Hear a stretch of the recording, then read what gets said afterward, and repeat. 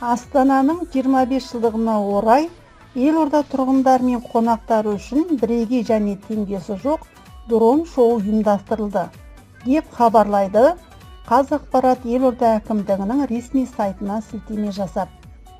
Қазақ елі алаңда өткен дрон шоуы елорда аспанының сәнін келтірді.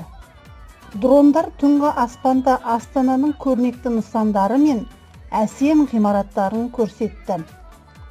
6 шілдеде өткен шара барлық елорда тұрғындары мен қонақтары үшін өзінің керемет сұлулығымен және техникалық шеберлігімен таң қалдыратын қаланың басты оқиғаларының біріне айналды.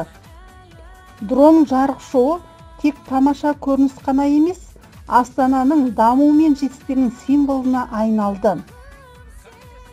Мерекелік бағдарламаға 500 дрон қатысты. Бағдарлама шамамен 12 минутқа созылды.